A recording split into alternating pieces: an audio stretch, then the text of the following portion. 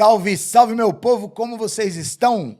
Aqui Ronaldo Sonic. E aqui Gabi Gomes. A gente começa agora mais um episódio do Que Podcast. Mas antes, a gente queria pedir para você que nos assiste, você que nos apoia, você que já curte, já compartilha, já dá seu like, ativa a notificação e aí já divulga para as pessoas. A gente queria pedir para vocês fazer mais uma coisinha. Durante todo o nosso episódio vai aparecer um QR Code aqui. Você vai lá no QR Code e dá aquela força pra gente, dá aquela moral pra gente com qualquer quantia, pra gente manter o nosso projeto aqui vivo. Porque eu sei que você gosta. Então vamos lá. E a gente vai começar mais um episódio agora.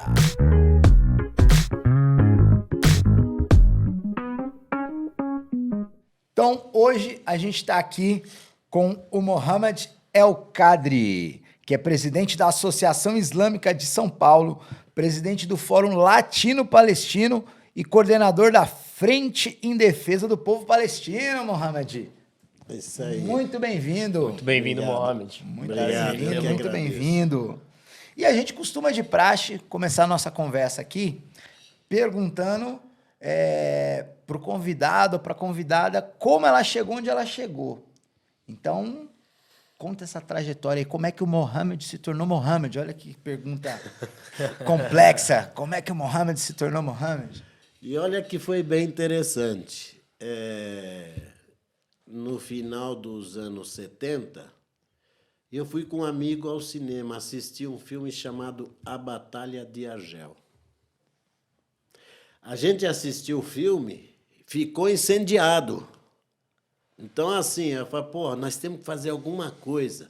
Aí ele falou para mim, pô, tem uma sociedade palestina aqui na Senador Queiroz, vamos passar lá? Vamos. Aí nós entramos de sopetão, coincidência da vida, tinha dois conhecidos. Pô, o que você está fazendo aqui? Mano, o que você está fazendo aqui? E aí eu entrei na sociedade palestina e comecei a ver que tinha uma luta que era a nossa cara, baseado no filme A Batalha de Argel, que foi a resistência contra a ocupação francesa. E aí nós criamos um grupo nessa época chamado Grupo Sanaúde, que quer dizer voltaremos. É uma palavra em árabe que quer dizer voltaremos. E aí a gente começou a fazer atividades. Isso no final dos anos 70, início dos anos 80, final da ditadura no Brasil. Eu lembro que a primeira manifestação grande que nós fizemos foi em 82. Precisamos pedir autorização do regime militar para que fôssemos para a rua. E nós fizemos a primeira manifestação na Paulista em 1982, quando Israel invadiu o Líbano. Aí, de lá para cá, não sei o que aconteceu, eu não parei mais. E a gente está aí nesse caminho, entendendo todo dia, a gente foi aprendendo, né, o que é essa causa palestina, o que ela significa, o que ela simboliza. E aí a gente passou a conviver com a causa palestina dentro do Brasil, simbolizando as outras causas e outras lutas. E foi assim que começou minha caminhada. Assistindo, depois que assisti o filme A Batalha de Argel. Já assistiu? Nunca assisti. Nossa, eu não passei pra... Não foi pra turma de vocês. Eu já cheguei a passar esse filme na escola. É maravilhoso. Uma vez, não o filme inteiro, né? Alguns trechos do filme. Eu já ouvi falar desse filme, mas nunca assisti.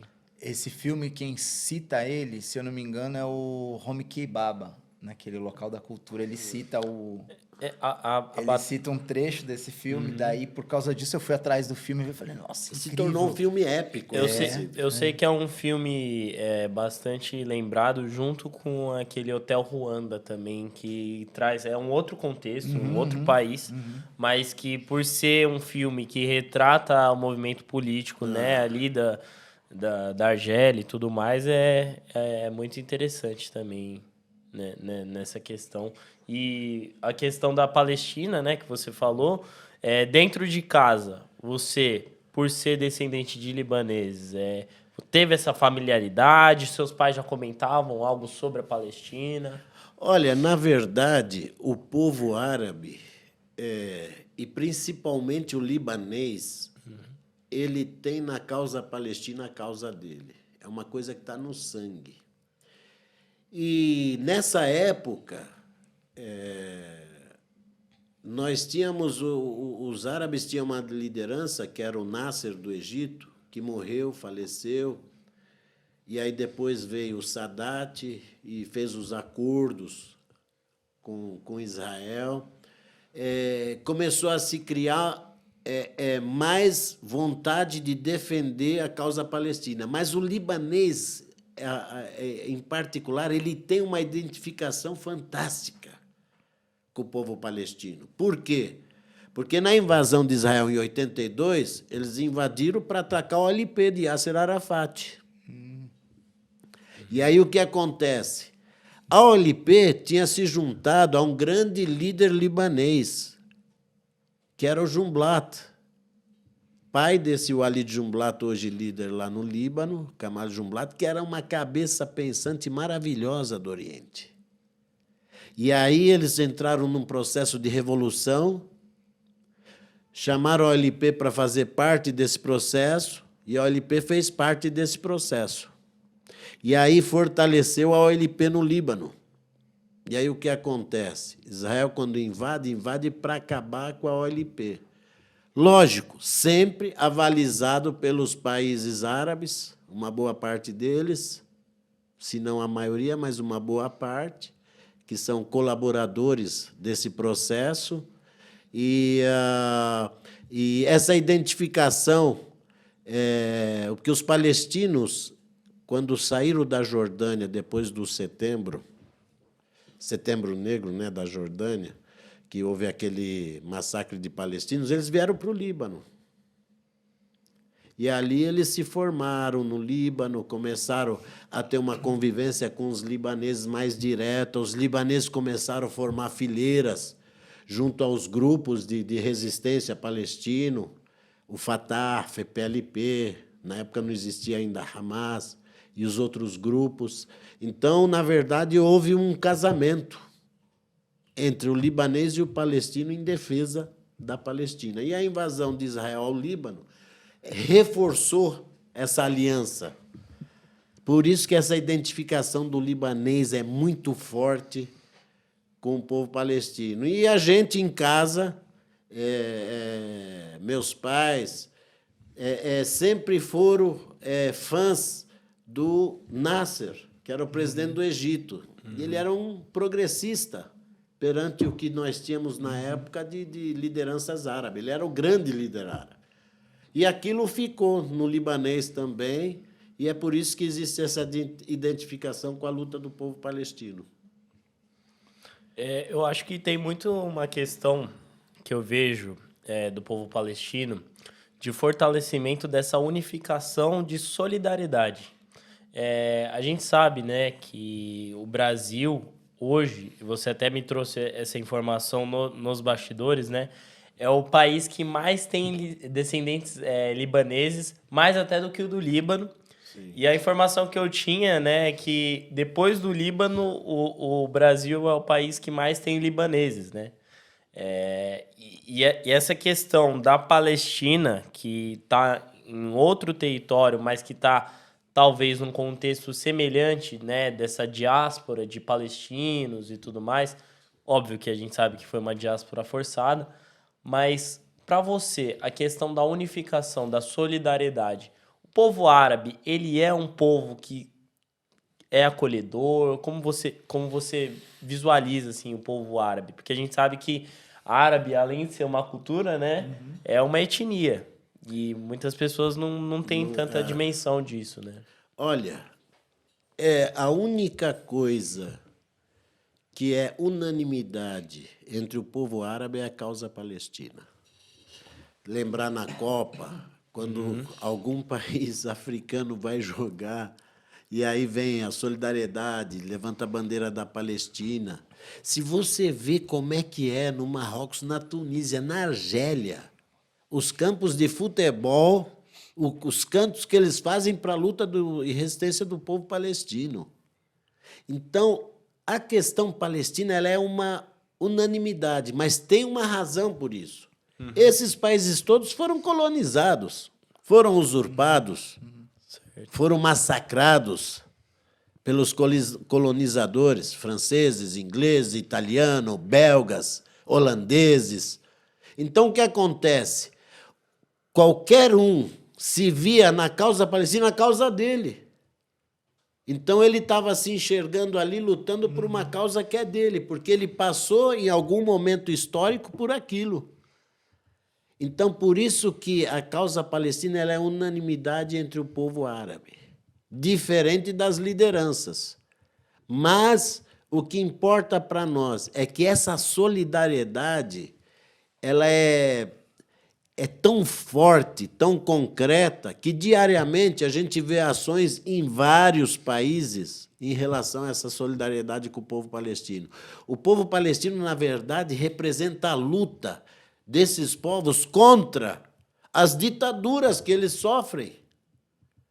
Por exemplo, você vê, se falou da Primavera Árabe. A Primavera Árabe tirou a Tunísia de uma ditadura de 27 anos. Sim. O Egito, Mubarak caiu depois de 64 anos de ditadura militar no Egito, se elegeu um civil, que durou só 1 ano.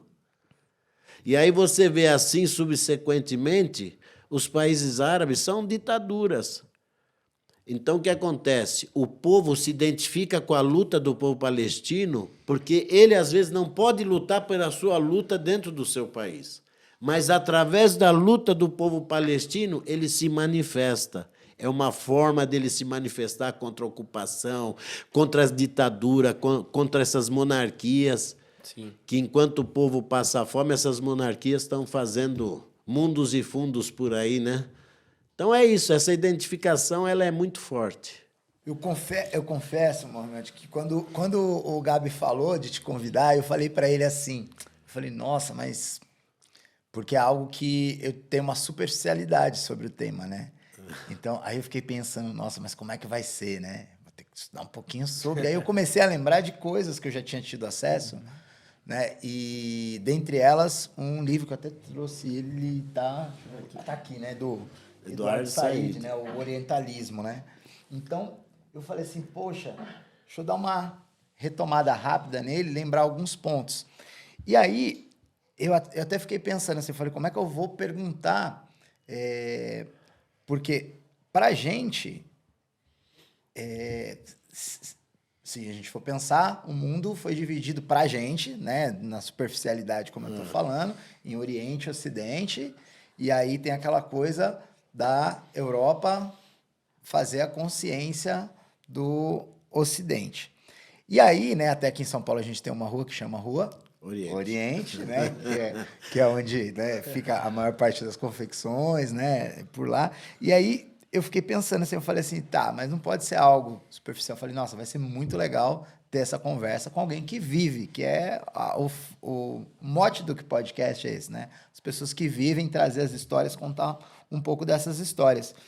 E aí, assim, 3 pontos que o Eduardo Said ele traz. A primeira, essa coisa da visão da Europa sobre o Oriente, que aí é uma cultura exótica, é algo que, olha, não são tão evoluídos como nós. E também a questão dos saberes que são produzidos, né, na Europa, que são saberes acadêmicos, verdadeiros e indiscutíveis, e que, a partir das formas de vida, elas são pensadas como uma cultura, como se fosse uma cultura baixa, ou aquela cultura assim, a cultura assim, que a nossa cultura é a cultura verdadeira.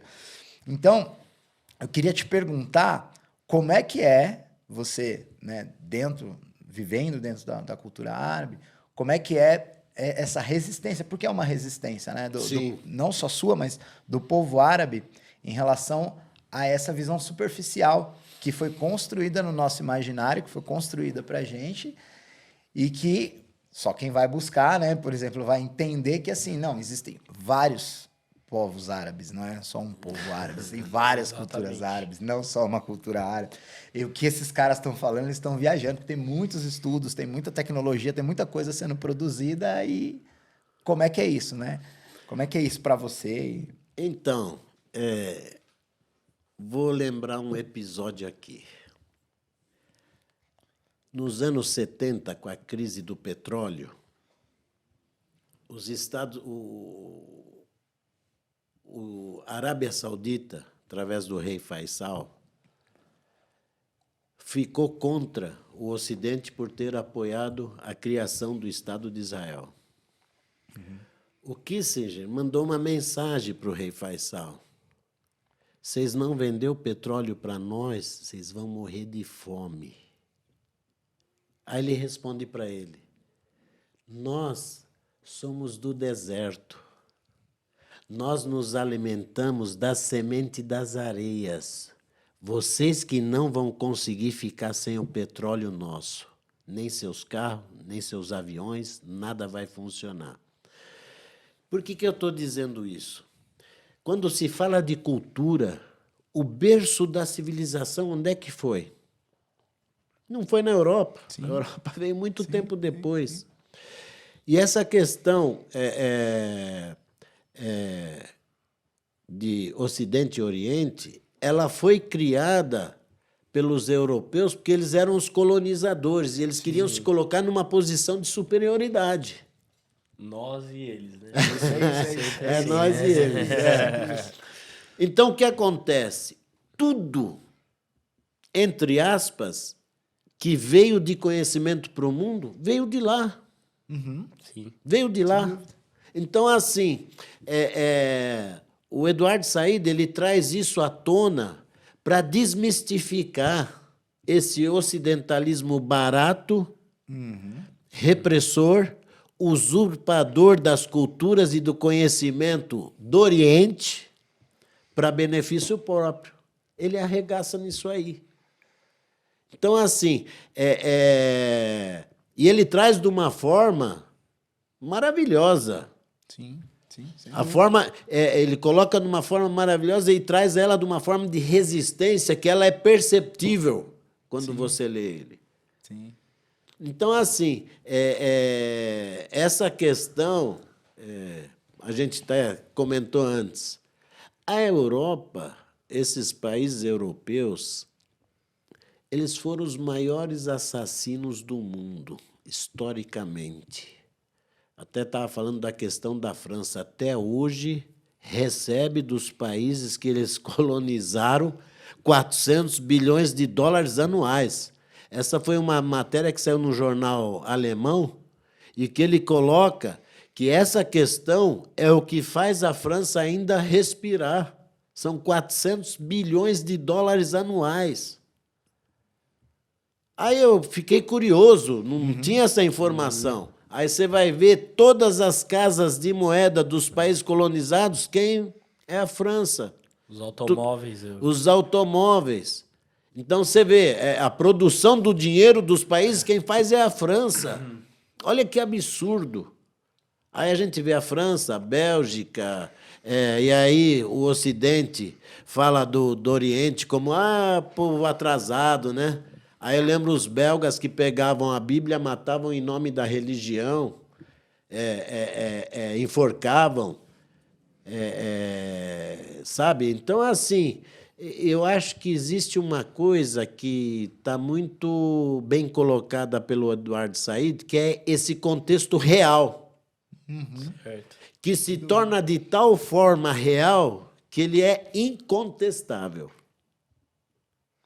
E ele traz de uma maneira que ele revive essa cultura que a Europa não tinha. O Ocidente não tinha, né? Exato. Tinha só no Oriente. Você acha que essa questão da banalização e de reforçar os estigmas, né, também ela acaba contribuindo para essa visão ocidental que nós temos em relação aos países árabes? Porque eu acredito que muitos fenômenos hoje em dia, até pela questão da influência da mídia, né, puxando pelo meu lado, né, jornalismo e tal, a gente sabe que a mídia hegemônica ela compra uma narrativa que está relacionada a vários interesses comerciais, enfim.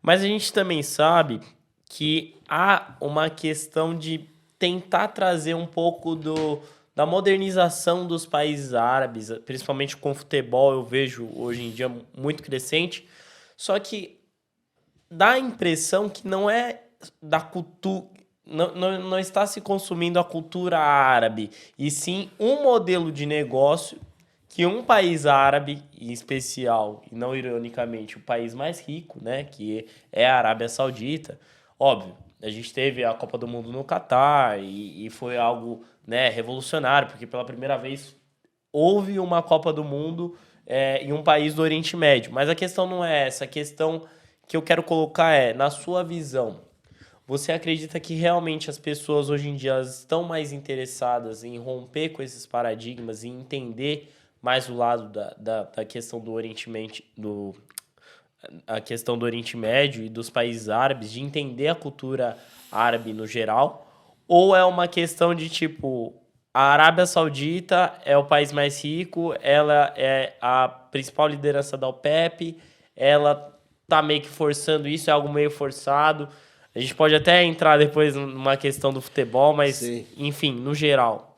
Na verdade é assim, são vários fundos, não só da Arábia Saudita, tem do Catar também, e parece que os Emirados também estão entrando nessa de comprar clubes de futebol, como uma forma de investimento para retorno para esse fundo.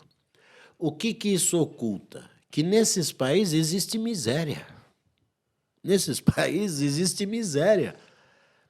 Quando você vê agora a contratação do Neymar, essa fortuna, pô, olha quantas pessoas poderiam ser tiradas da miséria com esse dinheiro. Só que o que acontece? Alguns países árabes querem mostrar que eles são progressistas, vamos dizer assim, desmistificar aquela coisa de que um reino tirano, ditatorial. Então, eles estão buscando formas de desmistificar isso aí. Estão usando o futebol como um mecanismo. Por exemplo, o Catar, a Copa do Mundo do Catar, foi uma coisa absurda. Você fazer uma Copa no meio do deserto. E ainda com toda aquela tecnologia que... Mas, enfim, o que eu acho é que, na verdade, esses países estão sendo emboscados pelo Ocidente. Porque, veja bem, você pode tentar mostrar uma outra face de um reinado, de uma ditadura. Você pode tentar mostrar. Só que a realidade é tão outra que ela não tem durabilidade, ela não tem funcionabilidade. Talvez tenha para o Ocidente, que o Ocidente está adorando. Olha, a Arábia Saudita, o filho do rei lá está fazendo mudanças. O Sheik e tal, o Bin Salman lá, o Mohammed Bin Salman, está fazendo mudanças, está liberando isso, está liberando aquilo. Isso não muda nada para o povo da Arábia Saudita. Não muda nada para o povo do Catar, porque eles têm uma cultura. Você não muda uma cultura com isso. Só que o que acontece, o que não é mostrado, que essas ditaduras elas são tão bárbaras como as próprias ditaduras ocidentais, às quais elas querem mostrar que eles são progressistas, diferentes. Então, assim, eu acho que o uso do futebol é para esse caminho.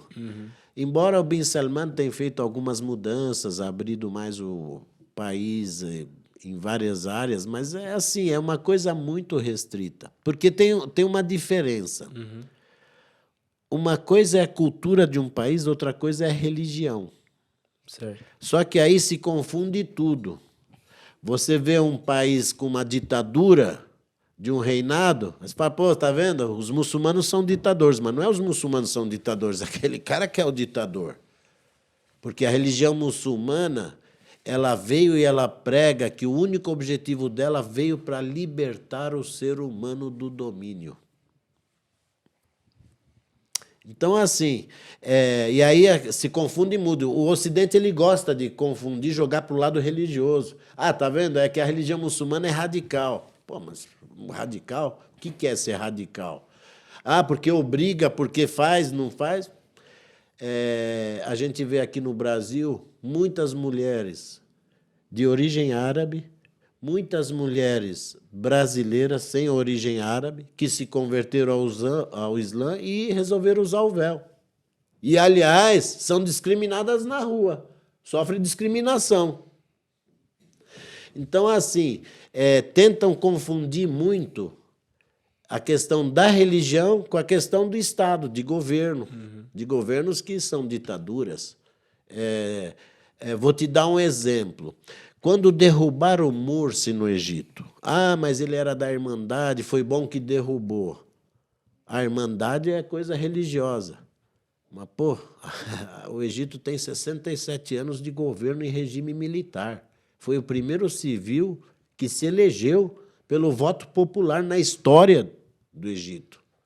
Então, assim, você vê como se distorce a coisa, não se deu importância para a derrubada do Mursi. O Ocidente ficou contente, porque é um civil que não era vinculado a eles, tanto é que eles tiveram um problema com ele. O imperialismo teve um problema em relação a ele e a questão de Israel. Porque assim que o Mursi entrou, ele abriu as fronteiras de Gaza, enviou 5.000 egípcios para dentro de Gaza para dar auxílio na área de saúde, de engenharia e tudo mais. Quando Israel atacou Gaza, ele foi o primeiro presidente a dizer: eu tenho 5.000 egípcios em Gaza. Se morreu um egípcio por um ataque de Israel, é uma declaração de guerra para o Egito. Você lembra o episódio? A Hillary Clinton foi correndo lá conversar com o Mursi. Pô, não é assim. Ele falou, não, é assim. O Egito de hoje não é o Egito de ontem. O cara ficou 1 ano. 1 ano. Então, assim, são essas coisas que, às vezes, na história passam batidas pela gente. Eu vou dar um outro exemplo, nesse contexto aí do Oriente Médio. A questão da Síria, por exemplo, que ninguém gosta de falar da Síria. Aliás, a esquerda, no mundo, tem uma concepção totalmente equivocada sobre Síria. Porque, veja bem, é uma ditadura de 47 anos de uma família na Síria. O povo se levantou não contra a ditadura, foi porque crianças escreveram numa parede, numa cidade, que estava na época da Primavera Árabe, que nós queremos a derrubada do regime de Assad. Foi criança. A criança foi presa, 14 anos. Essa criança foi tão torturada, mas de tal forma, tão brutal, que quando foram entregar o corpo para a família ficou horrorizada. E a cidade saiu em manifestação contra o que foi feito com o filho. E aí começou o movimento, a resposta de um regime ditatorial é esse mesmo, mandou o exército para a rua, bateu, matou, e aí o povo começou a sair na rua contra o regime. Nós, da esquerda, não, mas temos que defender o regime de Bashar. Os Estados Unidos quer derrubar ele. Nós temos que defender, mas espera lá. Quem está se levantando contra o Bashar não é os Estados Unidos, não é Israel, não é nem... Né? É o povo que está na rua, então nós temos que apoiar esse povo. Então, assim, tem coisas que o Ocidente consegue fazer de tal forma as manobras que você acaba ficando do lado do ditador por conta dessas manobras. Então, é justamente entrando nessa questão, eu vou até fazer minha pergunta depois desse engajamento, que eu vou levantar a bola para você, porque eu trouxe aqui, gente, um livro chamado Estratégias para a Libertação da Palestina, que é um livro que foi elaborado pela Frente pela Libertação da Palestina, né? Eles são uma coalizão, um grupo unido, formado, que elabora, e eles são internacionais, né? Eles elaboram estratégias para entender a questão do povo palestino e também para evidenciar uma outra narrativa que não é tão trazida pela mídia hegemônica. Muito desse livro traz a questão do sionismo e a questão do imperialismo que você colocou como principal, não só a questão da ilegitimidade do governo de Israel, que a gente pode entrar depois nesse ponto, mas a questão de como o imperialismo ele coloca o conflito geopolítico, territorial, às custas da religião. Sim. Na sua visão, né? E aí o Ronaldo vai fazer melhor essa pergunta. Você acredita hoje que o principal inimigo da questão da legitimidade da Palestina, ele é o imperialismo universal, assim, de uma maneira geral? Como eu vou fazer melhor? Você já fez bem. Eu vou fazer melhor. Mas Já fez a pergunta bem feita, eu vou fazer melhor. Eu falo isso porque você ia tocar na questão dos muçulmanos, como se eles... Não, mas aí é por outra coisa. Outra via? Foi ótimo, então, foi ótimo. Então é isso. Então. Daqui a pouco, se aparecer, meio... Então, na verdade, é assim, a Frente Popular de Libertação da Palestina é um partido político marxista, Sim. De esquerda,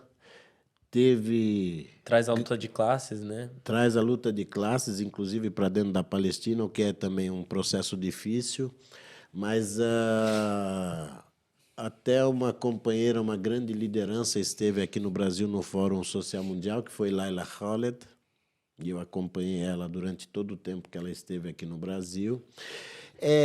O imperialismo, ele gosta de confundir as pessoas através da religião.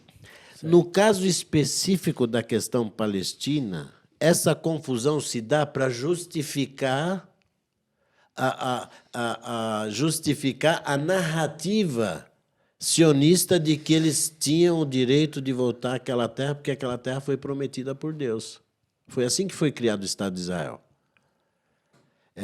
Na verdade, o imperialismo trabalha nesse contexto. E aí ele se justifica nesse contexto, porque os judeus têm direito àquela terra.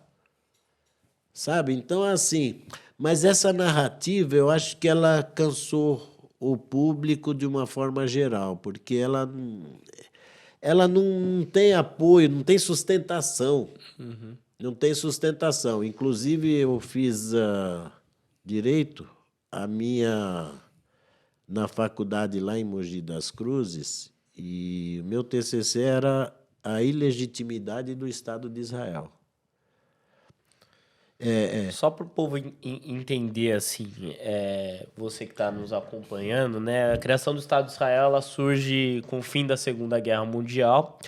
E uma das grandes justificativas, né, da criação do Estado de Israel junto à ONU, né, coincidentemente, não é coincidentemente, é junto com a criação da ONU, traz a questão de que nós precisamos, de uma certa forma, indenizar ou, né, trazer um alívio para um povo que foi tão massacrado, que foi o povo judeu. Só que, em contrapartida, nós temos uma questão que, além de ser territorial, acaba sendo uma questão também étnica e cultural.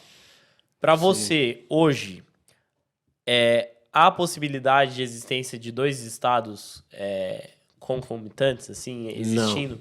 Não. Certo. Não, por vários motivos.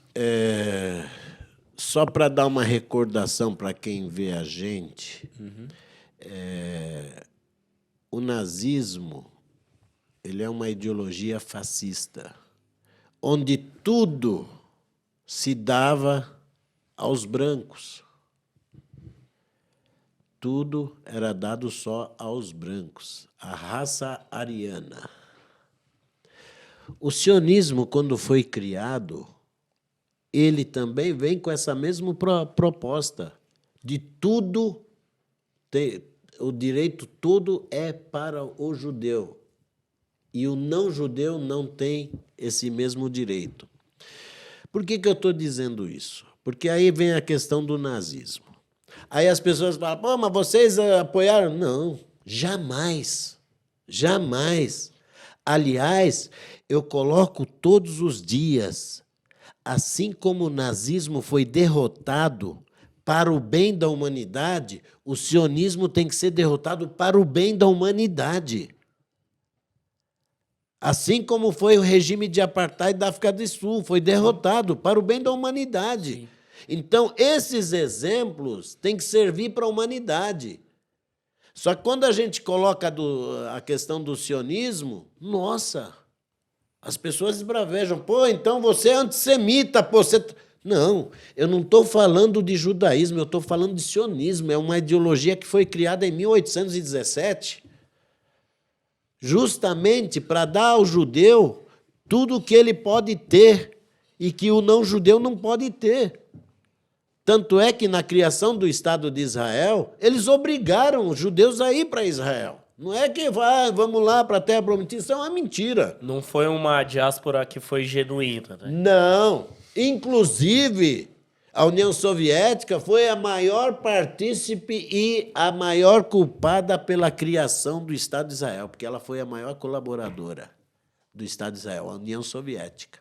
Porque eles queriam levar para Israel aqueles projetos de kibbutz, que é uma forma socialista de gerir uma agricultura. Vamos levar para Israel, lá vai ser também um país socialista, vai ser aliado nosso. E nada disso aconteceu.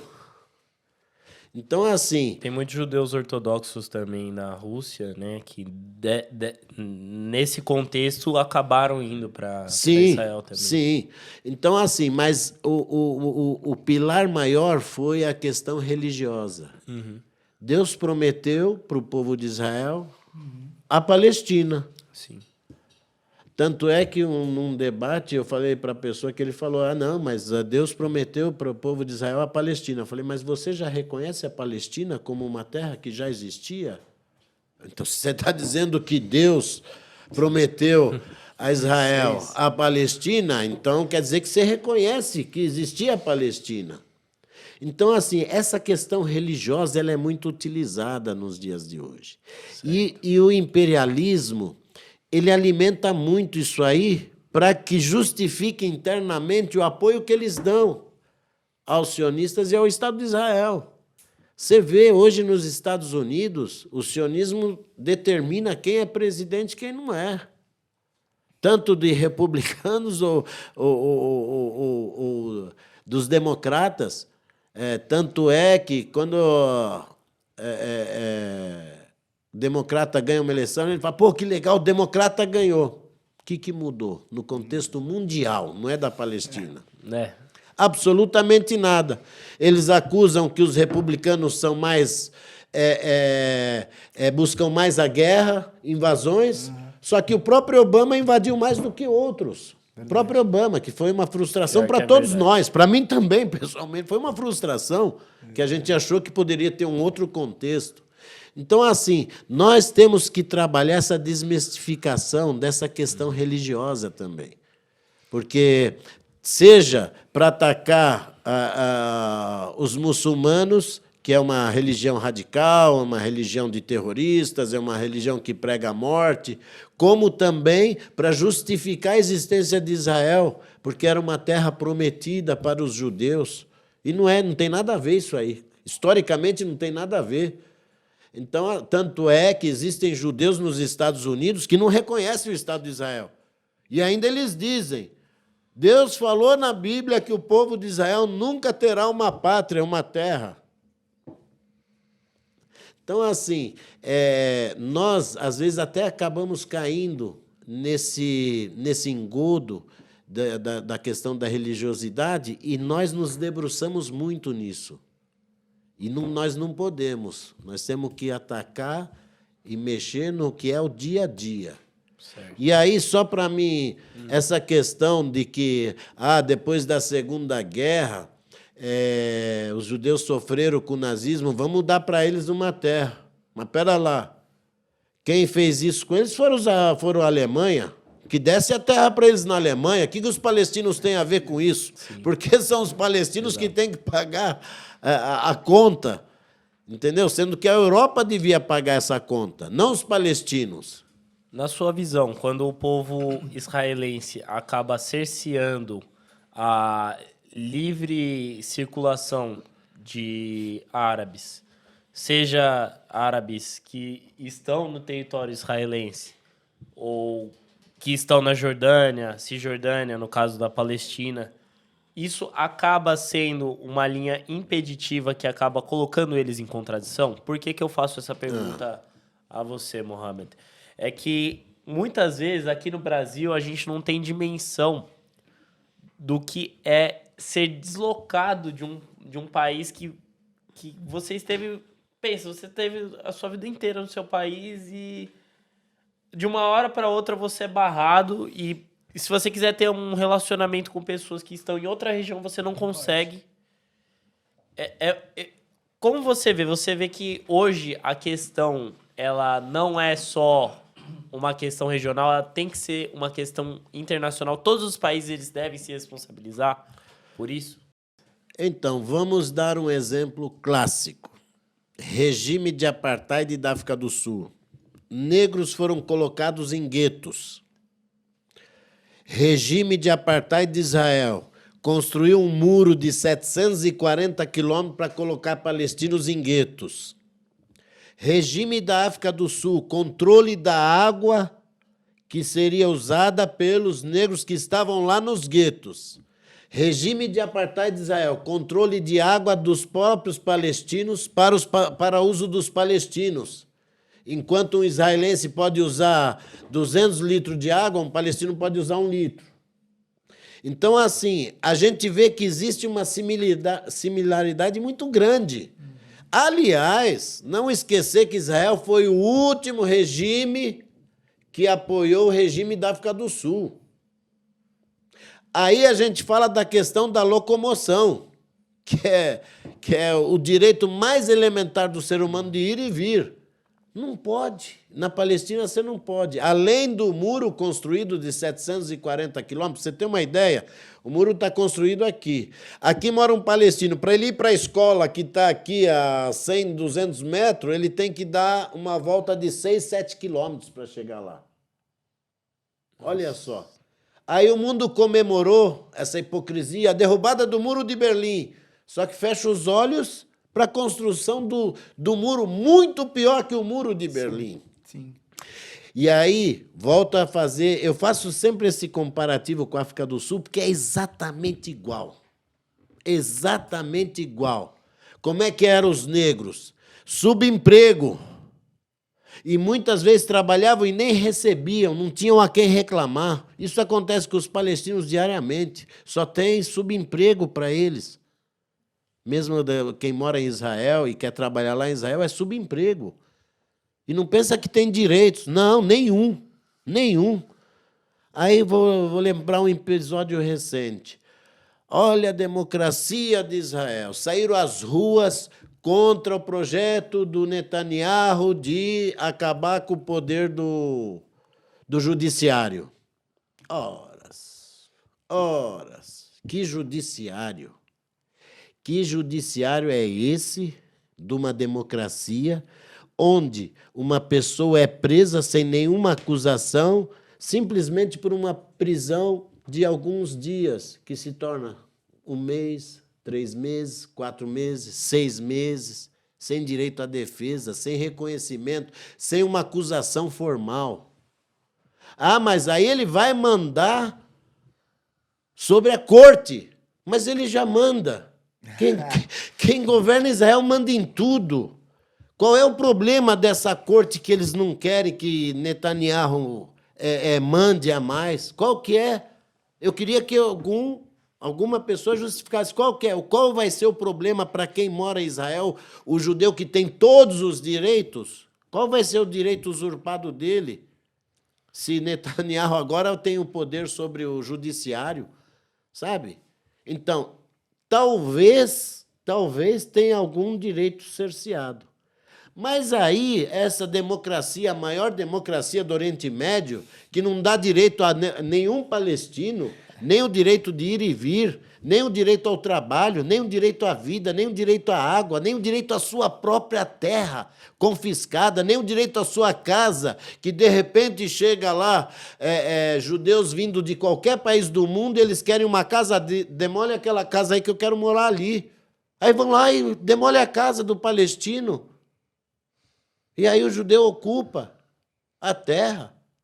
Que democracia é essa que os colonos vão para as plantações de oliveiras que datam desde a época de Jesus, que ele andava na Palestina?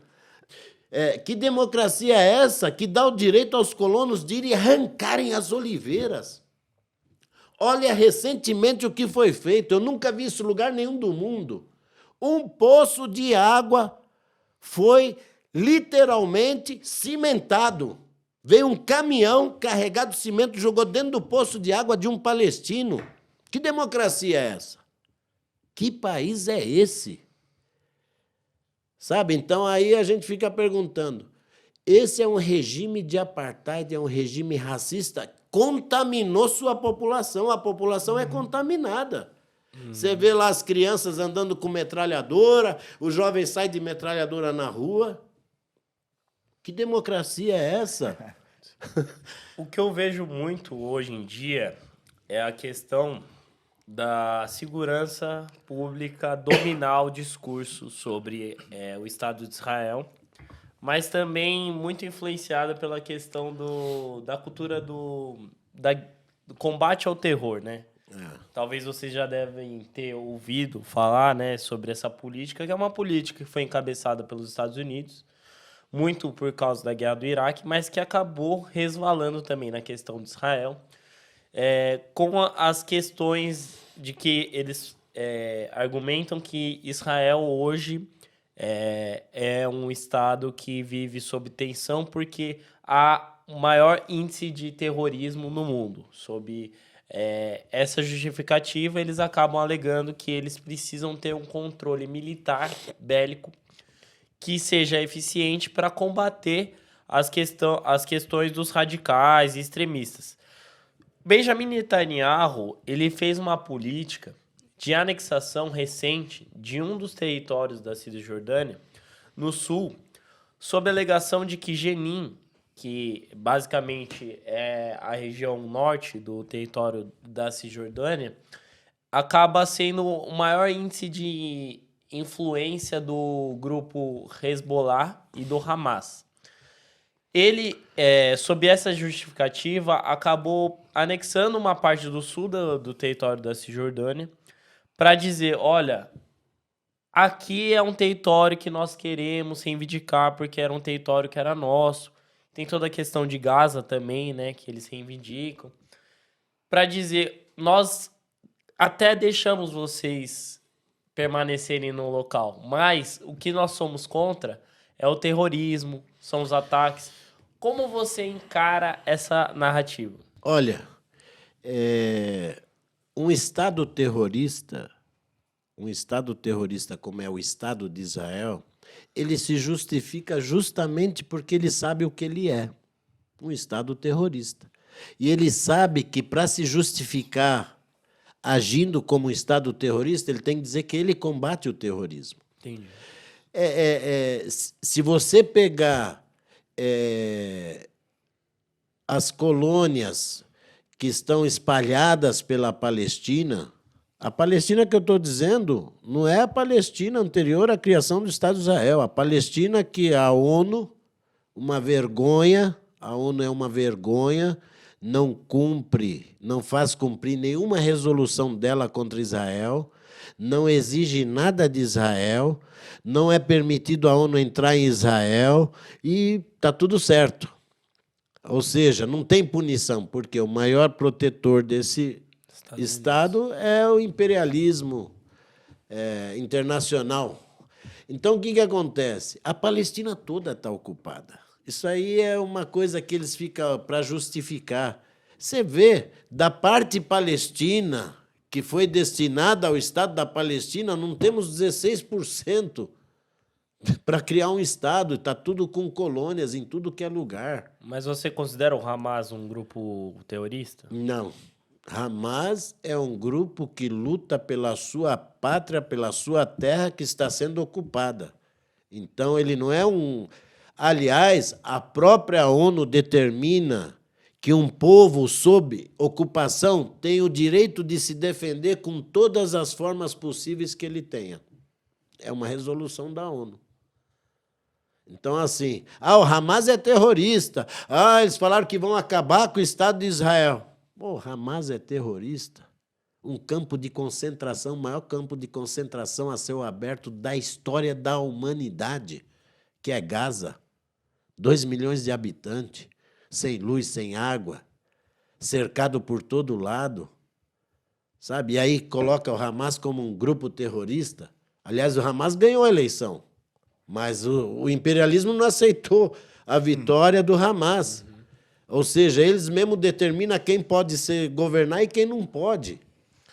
Então, assim, Israel, por ser um Estado ilegítimo na sua criação, não só é ilegítimo no termo da ocupação, ele é um Estado fora da lei, de todas as leis, de todas as convenções internacionais, de todo o direito internacional, ele é um Estado fora dessa lei. Então, ele é um Estado bandido, ele é um Estado ocupante bandido. Ele não tem nada que justifique sua própria existência. Ele foi criado dessa forma, através das guerras, e ele se sustenta através de guerras. Israel não quer paz com ninguém, isso é tudo uma mentira. O país vive através da guerra. Por isso que você vira e mexe, já tem uma guerrinha aqui ali que é para justificar a existência do Estado de Israel. Não, e é curioso, né? Vendo você falar assim, Mohamed. Eu, não lembro quantos anos atrás, eu frequentava uma igreja aqui em São Paulo, uma igreja protestante. E era bem interessante que a gente, acho que foi ali a pior coisa que eles faziam, vão dar curso de teologia, de estudo bíblico, para as pessoas vão fazer um curso desse. Só que o pessoal fazia a sério mesmo. E aí você começava a ver um monte de incoerência, um monte de inconsistência. Por exemplo, vou numa igreja que prega o evangelho. Então, para que eu vou estar vendo o Pentateuco judaico para seguir algo judaico se eu estou seguindo um outro momento? Então, assim, era engraçadíssimo. O curso de teologia não é para todas, é só para aquela... Não, o que eu tô falando assim, que era bem legal, que assim, você acabava vendo essa inconsistência. Sim. Aí você falava, mas peraí, tem alguma coisa errada. Aí depois você ia ver, né, que o judaísmo, eles não acreditam no profeta que veio, então não tinha Messias. Então como é que a gente vai seguir uma coisa se não existia Messias e se o Messias que a gente acredita foi crucificado? Então várias coisas aconteciam, acabava sendo até engraçado. E várias pessoas, assim como eu, acabaram saindo da igreja, né? E acabaram indo por outros caminhos, estudar outras coisas, enfim. Essa narrativa é muito usada, viu? Então... E, inclusive, conversando com um pastor, eu falei, pastor, explica para mim. Vocês colocam a bandeira de Israel na sua igreja. Então, exatamente isso que eu ia falar. Eu ia fazer a pergunta nessa direção. Eu falei, pastor... Até o Bolsonaro usou a bandeira de... Foram eles que preferiram a crucificação de Jesus. Foram eles que não reconheceram Jesus como o Messias. Eles ainda estão esperando o Messias. Qual é esse vínculo que o senhor achou com eles para pôr a bandeira de Israel, defender Israel? O que o senhor está defendendo? Nem ele sabia o que ele estava defendendo. Porque essa influência que houve na igreja evangélica, de uma forma bem firme, embora também estamos lá no Rio de Janeiro, bandeira de Israel, nos morros, onde as milícias estão lá dominando. Tem mais isso também. Sim. Mas, enfim, então eu acho assim, é um desconhecimento total. Ou seja, o seu vilão, o vilão do seu Messias, seu amigo, sabe? Quer dizer, que caminho que você está seguindo? Por onde você está andando? Qual é a lógica disso? Mas, enfim, é assim. Eu digo sempre que... Vou dar um exemplo. O sionismo está tão forte no Brasil e na América Latina que, assim que o Bolsonaro, totalmente apoiado pelo sionismo, totalmente apoiado e financiado, e na época da Dilma, do impeachment da Dilma, nós fizemos a denúncia da influência sionista no impeachment da Dilma, no financiamento do impeachment da Dilma. E aí aquilo veio e se arrastou no governo Bolsonaro. Então, assim, e agora você não sabe da maior. Agora é partidos de esquerda de Israel visitando o Brasil, vindo aqui para uma universidade, para outra, se reunindo com partidos da esquerda. Eu não perdoo, não. Eu mandei para todas as lideranças que receberam, o PT recebeu um representante do partido... Agora me fugiu, já eu lembro, que veio de Israel. E eu mandei para as lideranças, olha, esse é um partido sionista. O ministro me disse, não, esse partido é socialista. Eu fui lá no Google, puxei, mandei para ele. Eles se colocam como sionistas trabalhistas. Eu falei, olha seu partido socialista que vocês estão recebendo. Então, assim, agora parece que infestou. O sionismo está infestado nesse governo que eu digo, sob a direção desse governo, mais do que na época do Bolsonaro. Sim. Eles jogam isso, eles fazem esse jogo de fazer essa coisa, porque eles se colocam como esquerda. O sionismo se coloca como esquerda. Não sei de onde eles trouxeram essa ideologia que se coloca como esquerda, mas eles tentam penetrar na esquerda justamente com esse viés de socialismo, sabe, de progressista, e não é nada disso. Então, e aí eu fico pensando exatamente, né, pensando nessas questões, por exemplo, o povo muçulmano, até onde eu sei, tá? Posso estar totalmente errado. Mas, assim, até onde eu sei, o povo muçulmano entende que houve um Jesus, que houve, né, Sim. e respeita um segmento cristão, porém, não sei se é isso mesmo, mas, assim, o judaísmo, que é meio oposição ao cristianismo, e quem leva a pecha de radicalismo são os muçulmanos. E aí, quando você fala, né, da ideia de terrorismo, aí eu fico pensando, né, como é que é esse terrorismo? Porque eu tive uma circulação razoável pelo Rio de Janeiro, né, então algumas coisas eu via e eu falava, pô, isso daí é meio pesado, né, uma coisa assim. Só que do que eu não vejo muita diferença do Estado de Israel. Você fala, não, crianças precisam andar armadas porque... né? Então, assim, parece, e aí eu queria te ouvir um pouco sobre isso, parece que quando a religião tá ali posta, não é que é um mote para disputa, mas é como se fosse uma desculpa. Entendeu? Mas a gente tá aqui por causa disso, tá vendo? Ó, porque, tem que estar todo mundo armado, por causa disso, porque a gente tá protegendo aqui, não, tá vendo? Parece uma desculpa, não parece... Sim. Né, analisando assim, de fora, parece que é uma desculpa para eu poder estar todo mundo ali armado e, assim, qualquer momento que estourar alguma coisa, tá todo mundo armado, dá para tentar ou resistir, ou invadir, ou enfim. Resolver. E aí eu queria que você falasse um pouquinho sobre isso. Então, olha só, vou te dar só uma questão sobre essa questão de Jesus. Nosso último profeta foi Muhammad, que muitos falam Maomé. Ele veio para selar todos os profetas que passaram. Mas Jesus é mais citado no Alcorão que o próprio profeta Muhammad. A Virgem Maria, para nós muçulmanos, a mais pura das mulheres. O anjo Gabriel é muito citado também. O anjo Gabriel foi ele que levou até Muhammad, que Maomé era um analfabeto. Sim. Como é que ele conseguiu recitar o Alcorão, como é que ele escreveu e muito mais. Mas eu estou dizendo isso por quê? Porque no judaísmo isso não existe. O não reconhecimento do Jesus traz para eles um inimigo muito forte, que é o cristianismo. Sim. Então, para justificar isso aí, eles acharam uma forma, uma brecha de contornar isso, através das igrejas neopentecostais. É o que a gente viu no Brasil.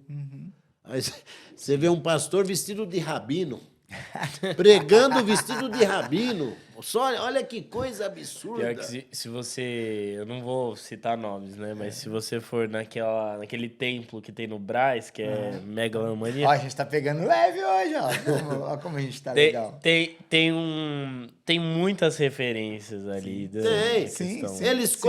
Eles usam até a vestimenta que os rabinos usam. Não tem nada a ver.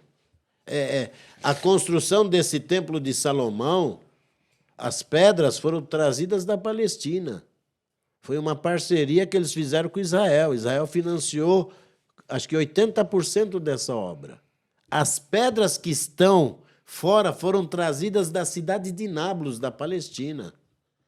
Foi com consentimento da Palestina? Não, com certeza.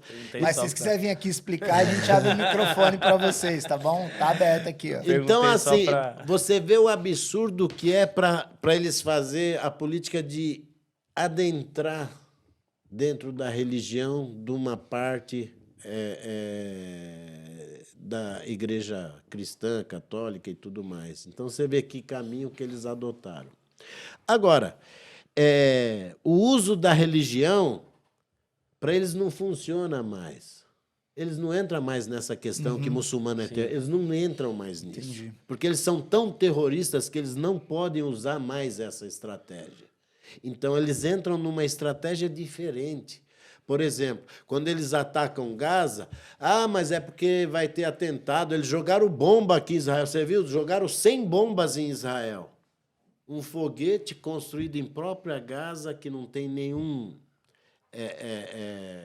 nenhuma tecnologia e tudo mais, somente para se defender e chamar a atenção do mundo. Aí eles vão lá e bombardeiam com o armamento mais sofisticado que tem. Aliás, Israel, quando quer vender armamento, eles fazem uma guerra com Gaza, porque eles testam os armamentos novos. Os policiais militares, muitos de vários estados brasileiros, vão treinar em Israel. E aí eu vou te falar uma coisa. O que nós temos a ver, nós no Brasil, com a questão Eu da ia perguntar Palestina? O que nós temos a ver? Os negros que estão sendo assassinados nas periferias por essa polícia militar treinada por um exército que ocupa e que tem o povo que ele ocupa como inimigo, ele traz essa versão para o Brasil. Sim. O PM sai na rua achando que todo mundo é inimigo dele, e não é. sim. Mas lá em Israel é assim. Quando o sai o nós soldado contra à eles. rua, Nós contra todo mundo é inimigo dele. Por quê? Inclusive, todas as forças táticas operacionais, não só do estado de São Paulo, como do estado do Rio de Janeiro, o próprio BOP, há muita troca de experiência com Israel. O Estado de Israel Sim. promove vários cursos de luta. Vários. Krav Maga. Chegou assim. Eu ia- Krav Maga chegou assim. Aqui. Chegou, bastante. Então, você vê, quando a gente fala dessa questão de que é um problema lá, não é um problema lá. É um problema lá que afeta nós aqui. Certeza. Sim. Porque o policial, quando ele é treinado para ir para a rua e qualquer um é seu inimigo, ele vai matar de graça. E vai ser morto também. E vai ser morto também. Então, o que acontece? Até a forma que eles usam para matar as pessoas, o famoso, né, lá nos Estados George Unidos, Floyd. o Floyd, da mesma forma, se você pegar os vídeos que Israel utiliza todos os dias contra os palestinos, é o mesmo tipo de abordagem, de ação. E no Brasil também, né? Tá sendo. Logo depois que ele foi morto dessa maneira brutal, várias ocorrências de vídeos, enfim. Até seguranças do Carrefour, numa abordagem, fizeram a mesma abordagem, porque eles receberam o treinamento de gente lá de Israel. Então, assim, é um país que prega a guerra. Sua existência é só pela guerra e pelo ódio. Eles pregam um ódio que é brutal. Ó, fazendo advogado do diabo, só pra gente entender aqui, ó. Muitas das questões que o povo coloca aqui, gente, o Mohamed já falou isso e eu reitero. Eu tenho vários amigos que são ou descendentes de judeus ou que são judeus mesmo. E a questão aqui é uma questão que é política, é cultural, mas que em nenhum momento a gente está fazendo um ataque direto a esse povo, que fique bem claro. Sim. Por que eu estou frisando isso? Porque o que nós queremos entender para você, Mohamed, quando há mortes que envolvem civis do Hezbollah ou que seja do Hamas, a gente não está priorizando a questão de que uma vida vale mais do que a outra, sob hipótese alguma, pelo contrário. A gente quer justamente, né, preservar todas as vidas. Mas, na sua concepção, o que você acha desse argumento quando eles colocam que várias questões de extremismo ou de governos ditatoriais árabes acabam contribuindo para essa questão? Porque eu já vi pessoas utilizarem vídeos de outros países e aí com fake news mesmo, falando que aquelas ocorrências ocorreram não só no Estado de Israel, como contra os povos israelenses, quando na verdade eu já vi fake news de atrocidades que aconteceram no Egito e colocando como se tivesse ocorrido na Cisjordânia e por aí vai. Mas às vezes pode acontecer, né? Por isso que eu falei ser um advogado do diabo, o que eu queria entender assim, o que você acredita com a questão dos civis? Vou te falar uma coisa que o islamismo e o Islã prega, que é uma coisa crucial para o dia a dia do ser humano. Se você mata uma pessoa, é como se você tivesse matado toda a humanidade. Se você salvar a vida de uma pessoa, é como se você tivesse salvo toda a humanidade. Então, assim, eu não posso falar que salvar uma pessoa e dizer para não, vamos lá matar aquele pessoal ali, vamos fazer ali. Não, eu não posso. O que difere Gaza de todo esse contexto mundial é que eles não têm tecnologia. Quando eles soltam os mísseis, é sem tecnologia nenhuma, ainda fabricado dentro de Gaza, que é cercado por um boicote. E não se justifica mesmo matar qualquer civil em qualquer circunstância, em qualquer lugar. Isso não se justifica. Nós não podemos defender a vida, nós não podemos defender uma causa justa ao extremo e, ao mesmo tempo, dizer, não, se morrer lá uns judeus não faz. Não, não, jamais. Jamais. A preservação da vida é uma obrigação de todo ser humano. Concordo. É por isso que eu te perguntei, porque muitas vezes as pessoas acabam, né, banalizando e acreditam que se você é a favor da questão da Palestina, automaticamente você ignora todos os direitos e preceitos humanos que estão relacionados aos judeus. E uma coisa não inibe a outra, né? Inclusive, eu acho que a questão do Brasil, por ser até um país que sempre se coloca... Não é em cima do muro, que é uma palavra feia, mas assim... Mas em cima do muro. Ele quis falar, mas eu falo. Ele tá preocupado em não falar, eu falo. Mas é porque, muitas vezes, eu até acredito que tem uma questão de... uma boa intenção, digamos. É uma palavra feia usar boa intenção, mas... muitas vezes o brasileiro, eu acho que é um povo que gostaria que essa questão fosse resolvida, esse conflito acabasse. Pelo menos essa é uma vontade que é minha, mas eu acho que é uma vontade genuína do povo brasileiro. Sim. Mas a gente precisa entender que a reivindicação do povo palestino tem sim a sua legitimidade e reconhecer que a partir do momento que existem essas contradições e essas incoerências, a gente precisa entender, né, qual que é a melhor via, né? Então, deixa eu falar algumas coisas. Os muçulmanos estiveram na Espanha e Portugal por quase 700 anos, 500 em um, 600 e pouco em outro. Os judeus perseguidos, fugidos da Europa, foram para a Espanha e Portugal, onde estava a governança dos muçulmanos, e lá sentiram segurança. Quando são expulsos da Espanha e Portugal, os primeiros que são perseguidos são os judeus, pelos europeus, pelo Ocidente cultural, São os cristãos novos. Depois. Onde vão os judeus que estavam lá?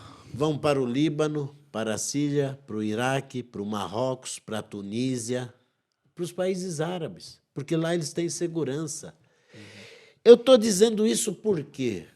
Porque muita gente tenta colocar esse conflito na questão religiosa e ela não tem nada a ver com isso. Sim. Nada a ver com isso. Tanto é recentemente, no Irã, não teve lá um deputado judeu que se elegeu para o parlamento iraniano? E o Irã não é o maior inimigo de Israel?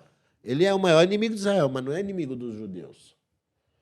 Então, assim, na verdade, o contexto que eles querem abordar é nesse sentido. Aproveitar o Bin Laden da vida, Al-Qaeda, agora o Estado Islâmico, que eles mesmos criam e financiam.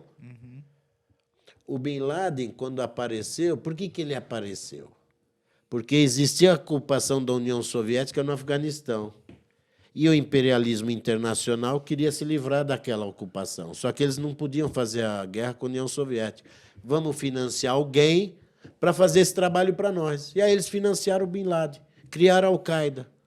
Quando acabou tudo isso, e eles usaram a Al-Qaeda por vários anos, porque o capitalismo internacional, que é esse imperialismo, eles fazem isso mesmo.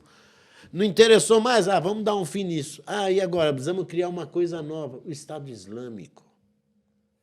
Como é que o Estado Islâmico... Eu vou citar só a atuação dele na Síria. Na Síria, o Estado Islâmico só entrava nas áreas liberadas pela oposição. Entravam e matavam em praça pública as lideranças da oposição ao regime do Bashar. Esse é o Estado Islâmico? Ele veio para libertar as áreas libertadas ou para proteger o regime do Bashar? E aí, lembra aquela coluna entrando no Iraque? São 100 e poucas picapes com aquele... Ninguém viu. Toda essa vigilância que tem no mundo, ninguém viu 200 picapes entrar na Síria pelo Iraque. Sabe? Umas coisas que... Tem até armamento do Estado Islâmico, desculpa te cortar, que a gente sabe que é rastreado e veio dos Estados Unidos. Ora, basta dizer na questão do Iraque, pedir desculpa que o Saddam não tinha armas químicas, depois que saquearam o país, não sei quantas toneladas de ouro que o país tinha. Assim como na Líbia, a Líbia estava sob... Estado de sítio. Não é estado de sítio. A Líbia não tinha relação com o Ocidente. Estava em embargo. Embargo. Então, a Líbia vendia petróleo e recebia em euros e ouro.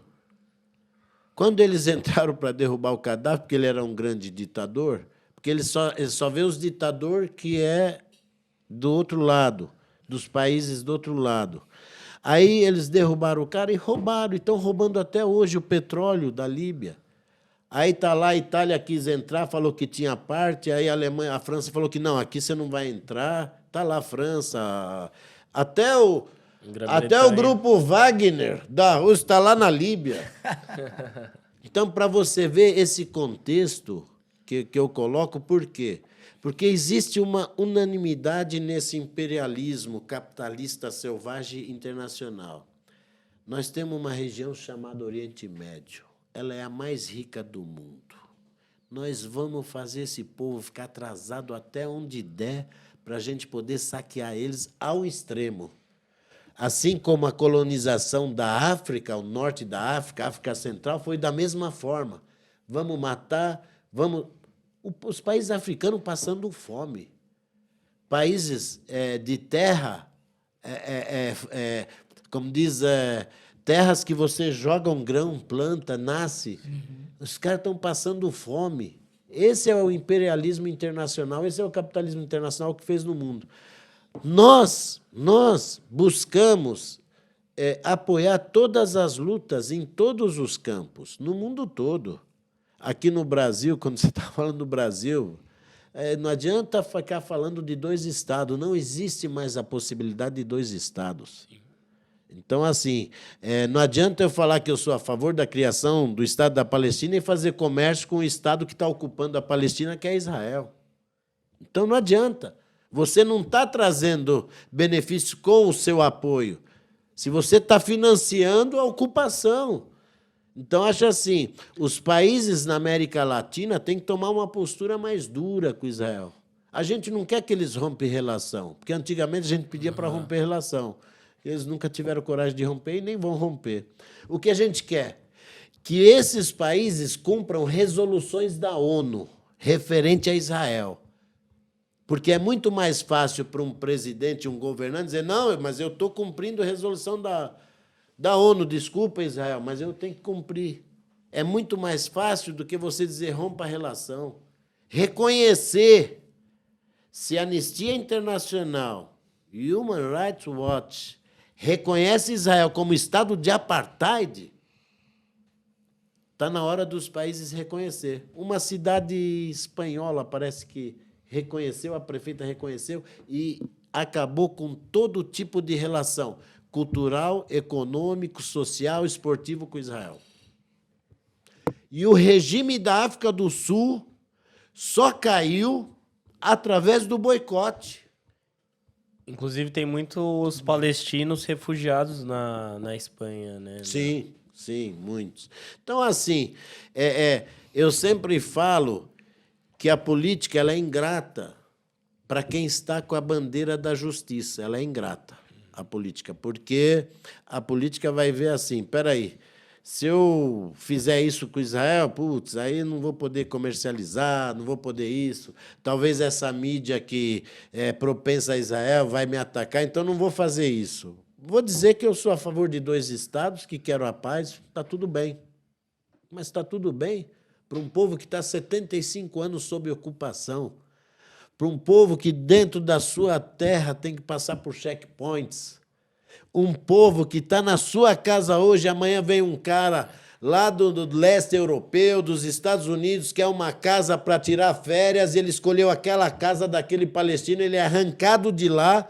Recentemente, não sei se vocês viram o vídeo, a família foi arrancada da casa e os turistas entraram, agora a casa é deles. Assim, simples assim. Olha que coisa absurda. Que mundo é esse que nós estamos convivendo? É o mundo da guerra Ucrânia e Rússia.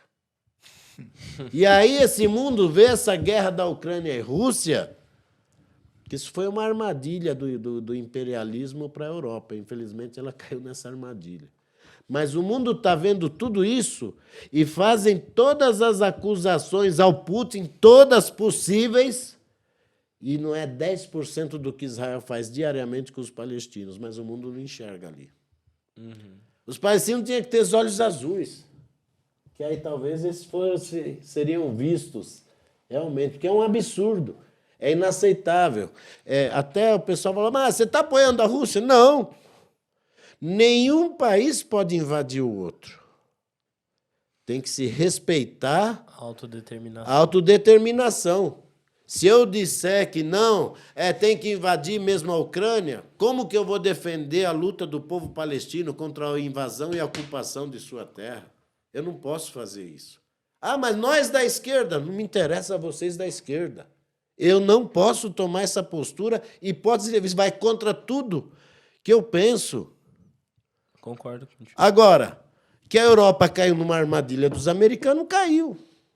Você vê, até conversando com um amigo, ele esteve na Alemanha recentemente, falei, mano, a Merkel jamais aceitaria essa guerra com a Rússia. Como é que esse cara aceitou? O novo, né? Ele é um novo. Aí falou, ele é um banana. A Merkel era mão de ferro. Porque só interessava para a Alemanha a questão da Rússia, porque o maior comércio na Europa é entre Rússia e Alemanha. E a Alemanha é a líder, né, ali da União Europeia. A gente sabe que sem a Alemanha não teria. Sem a Alemanha não tem a União Europeia. O que eu vejo assim, de uma maneira geral, Mohamed, é que a gente precisa talvez esclarecer para a população qual é a reivindicação ou a militância principal do povo palestino, porque eu acho que muito disso que nós comentamos aqui passa por uma questão da influência da mídia. Sim. Mas não só isso. Eu acho que passa por uma questão da cultura, porque nós que somos aqui de São Paulo, né? Nós três somos habitantes aqui de São Paulo, nós presenciamos o quão forte é a cultura árabe, nós consumimos a cultura árabe, seja pela gastronomia, né? Seja mais intimamente, né? Sim. Através da dança. Pô, eu acho que todo mundo conhece pelo menos um primo, um amigo, ou até mesmo gosta de fumar um narguile no final de semana, vai na tabacaria. Pessoal jovem, eu sei que você vai na tabacaria escondido, sua mãe não sabe, brincadeira. O que eu tô querendo dizer, gente, é só para um pouco de bom humor aqui, para aliviar, é que nós temos essa consciência do quanto os nossos irmãos árabes estão aqui em São Paulo, no Brasil, e nossos irmãos judeus também estão aqui em São Paulo, estão no Brasil, não à toa a maior organização judaica ela está aqui em São Paulo, né? Fora, né? Óbvio, de Israel e Estados Unidos, mas depois o Brasil é muito influente, né, nessas questões. Porque eu acho, Mohamed, que a questão da ilegitimidade do Estado israelense não anula o fato de você se solidarizar com todas as lutas, né? E é isso que eu acredito e eu acho que vai muito de encontro na nossa conversa.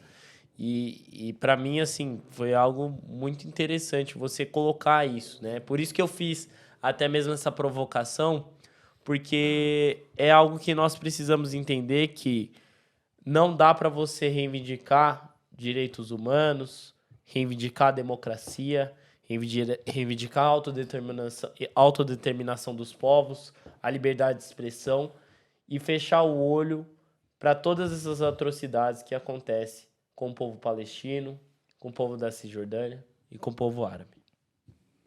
Perfeito. Só para... Eles falaram que eu gosto de falar. Ótimo, mas é isso mesmo. Você coloca de uma forma muito importante. E aí eu falo assim, quando o trabalhador luta pelo seu direito à moradia, ele é um lutador da causa palestina. Quando o trabalhador rural luta pela sua terra, ele é um lutador da causa palestina. Quando os negros lutam contra a discriminação racial, eles são lutadores da causa palestina. Quando qualquer pessoa, em qualquer lugar desse planeta, luta por uma injustiça, seja ela qual for, ele luta pela causa palestina. E é isso que eu sempre digo. A luta do povo palestino representa todas essas lutas. E diariamente. E de forma visível para todo mundo ver. Para todo mundo ver. Você vê, na Palestina, o direito mais elementar de ir e vir, o palestino não tem. Não tem. Então, assim, eu acho que os governantes... Eu vou dar um ponto positivo para o Lula. Quando ele fala que tem que mudar o conceito da ONU, tem que mudar. Não pode ser aqueles que ganharam a Segunda Guerra ter o direito de direcionar... de veto e de tudo, direcionar para tudo. Porque quando Israel é condenado, os Estados Unidos veta, pronto, não tem mais condenação. Então, assim, isso é uma coisa que a gente tem que lutar para mudar. Ou essa ONU representa o mundo... ou ela representa esses 4, 5 países que estão lá com direito a veto, e é o que eles quiserem. Porque quando teve a invasão do Iraque, a ONU foi contra.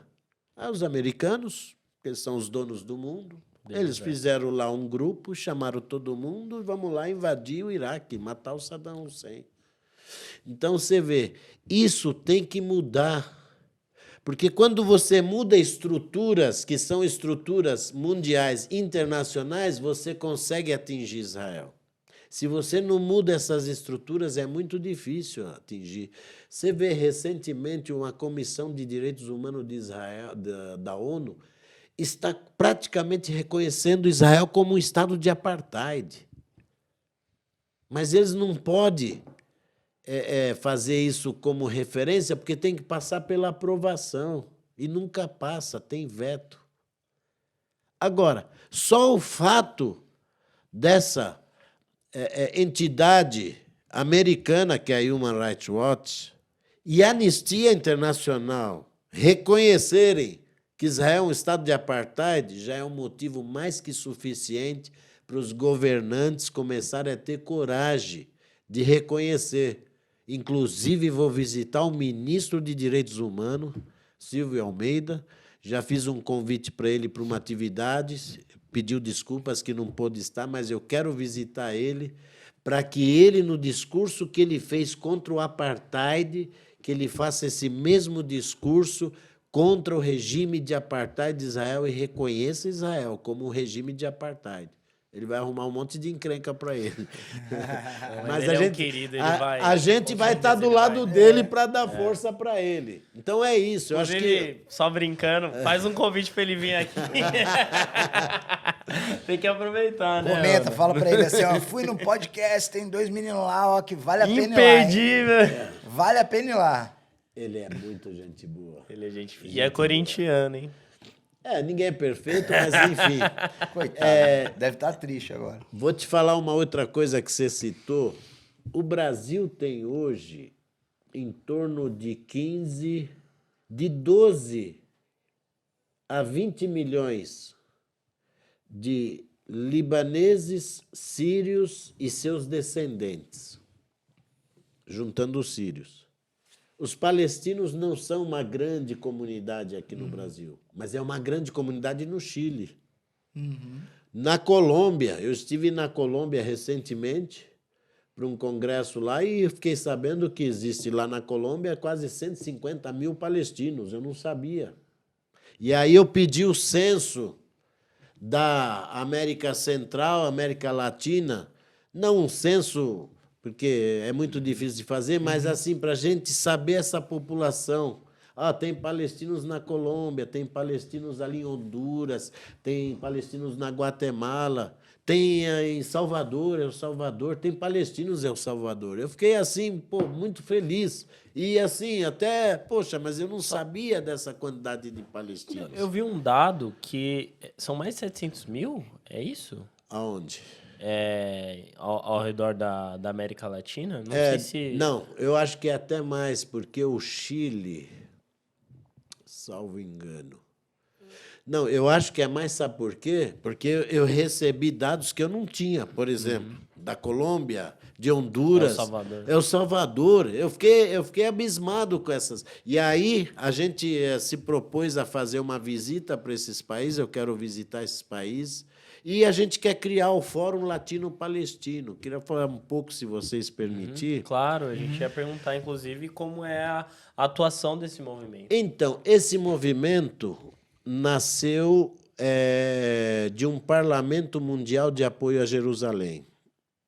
É um parlamento que está sediado na Turquia, que faz vários encontros de 2 em 2 anos. Eu estive num dos encontros que foi na Malásia, e aí surgiu essa ideia para mim. Vamos criar um fórum, um parlamento latino-americano de apoio. Aí nós começamos a conversar com parlamentares de vários países da América Latina. E até eu tenho uma visita ao Uruguai para sentar com o Mujica, para que o Mujica faça parte do Conselho de Personalidades do Fórum. A gente está criando um conselho que várias pessoas de influência na América Latina façam parte.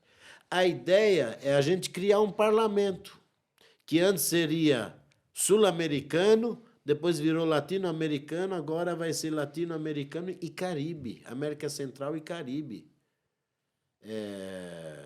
No Caribe, nós temos uma comunidade palestina pequena. Eu estou assim, depois desse encontro na Colômbia, que foi no início do ano, eu fiquei abismado. Falei, mas espera aí, vocês nunca me falaram desses dados de palestinos? Então, assim, nós queremos fazer um grande parlamento deputados federais, senadores de todos os países que podem se envolver com a gente, criar esse parlamento, lançar ele no Brasil no final do ano, outubro ou novembro, com a presença do presidente Lula, convidar, eu vou fazer um pequeno tour em alguns países da América Latina, convidar o Boric, convidar o colombiano, Petro. Petro, ele tem uma exposição, me interessa muito, viu? Ó, nós estamos aprendendo também. Você vê, o Boric teve uma posição muito firme. E aí a gente criar esse parlamento e não pedir nada de difícil. Nós queremos que vocês vão para os seus países e façam os países cumprirem resoluções da ONU. Ah, mas só isso? Só isso. Nós não queremos que vocês rompam com Israel, não queremos nada disso. Queremos que vocês cumpram as resoluções da ONU. Qual resolução? Por exemplo, todas as empresas israelenses em territórios ocupados não podem comercializar com ela. Ah, mas isso é fácil. Falei, não, o seu país está cheio de empresas que estão em áreas ocupadas que estão comercializando com o seu país. Com o dele também, com o dele, com o nosso. Pô, mas é tudo isso, é tudo isso. Se a gente cumprir só isso, que é uma resolução da ONU, a ONU proibiu, por exemplo, na Europa, eles cumprem mais à risca do que na América Latina. Lá, recentemente, várias empresas perderam as licitações por conta de que a sede delas é em território ocupado palestino. Então, lá funciona mais firme. Então, se esse parlamento fizer funcionar essas pequenas resoluções da ONU, nós vamos ter um ganho muito forte de ajudar o povo palestino. Então, essa é a ideia, surgiu o Fórum Latino dessa ideia, para que a gente possa efetivamente ajudar mais o povo palestino. E você é o presidente Eu sou o presidente desse fórum, não sendo palestino, sendo de origem libanesa. Eu até ponderei essa questão. Falei, gente, eu não sou palestino para ser presidente. Não, não. Você é a pessoa indicada para isso, você é mais palestino que os palestinos, e por aí vai. Então, a gente acabou ocupando esse espaço, aproveitando a vinda de um governo progressista no Brasil, que nós nos livramos de um fascista que ajudou nós. Olha, Bolsonaro ajudou nós, que a gente descobriu o que aquelas pessoas que conviviam com a gente pensavam e nunca diziam. Bolsonaro deu voz para essa turma. Aí você fala, pô, você é meu amigo, você pensa isso? Sabe? Então, assim, essa coisa, ela foi ruim no Brasil, mas tirou ela a máscara. Tirou a máscara de muita gente, de uma sociedade,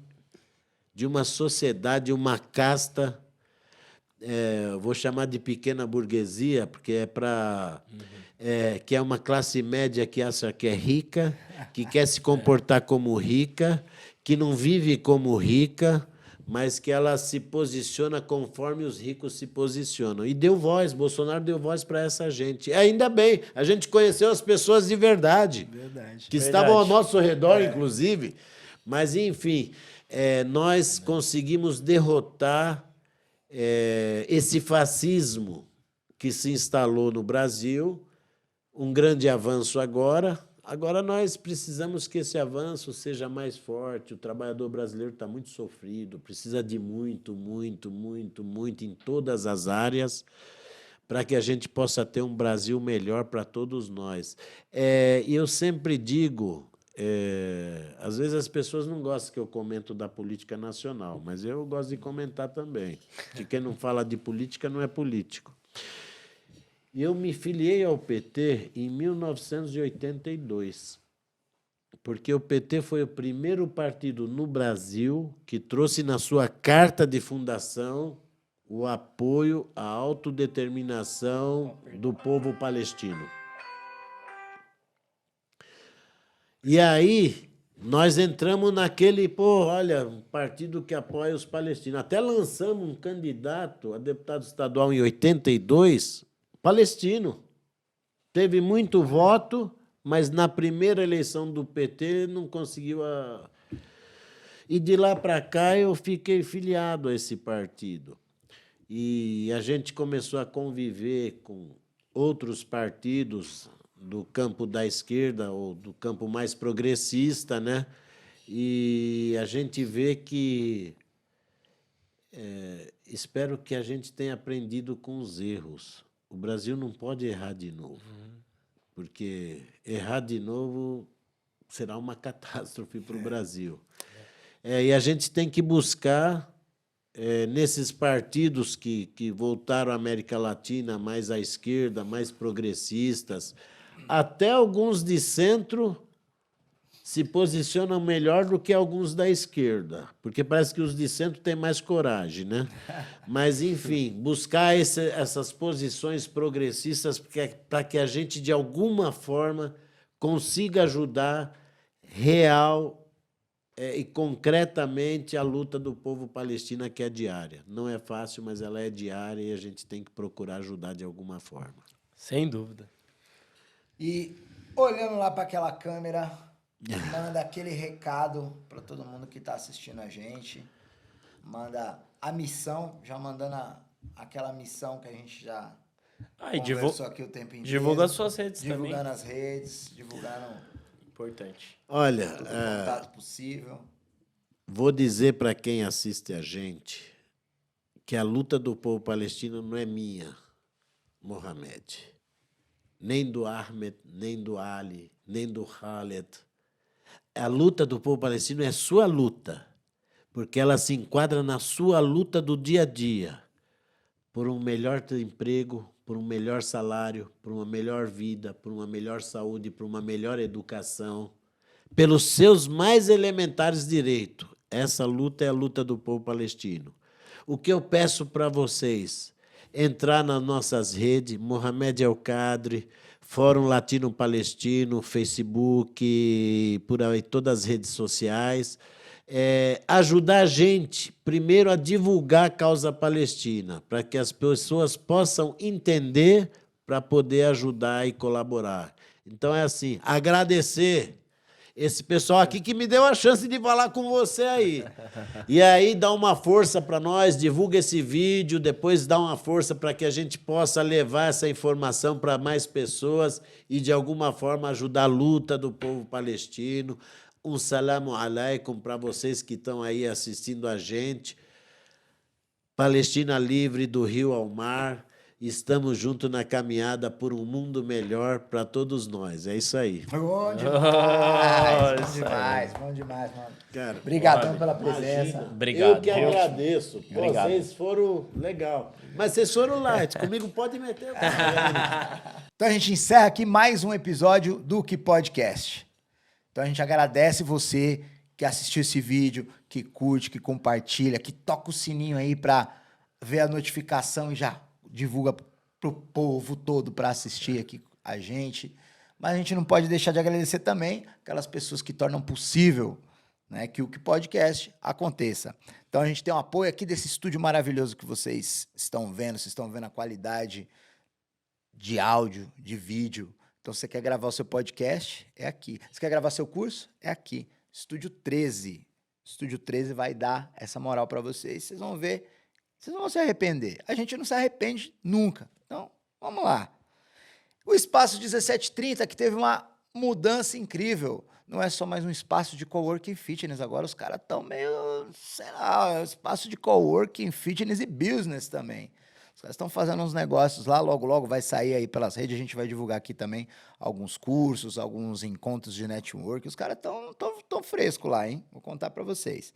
E a Amaro B, assessoria bancária, que garante aí, se você está naquela dificuldade financeira, chama lá o pessoal, se quer dar aquela adiantada no seu FGTS, o momento é agora, então chama a Amaro B, que com certeza vai dar para dar aquela respirada no final do mês.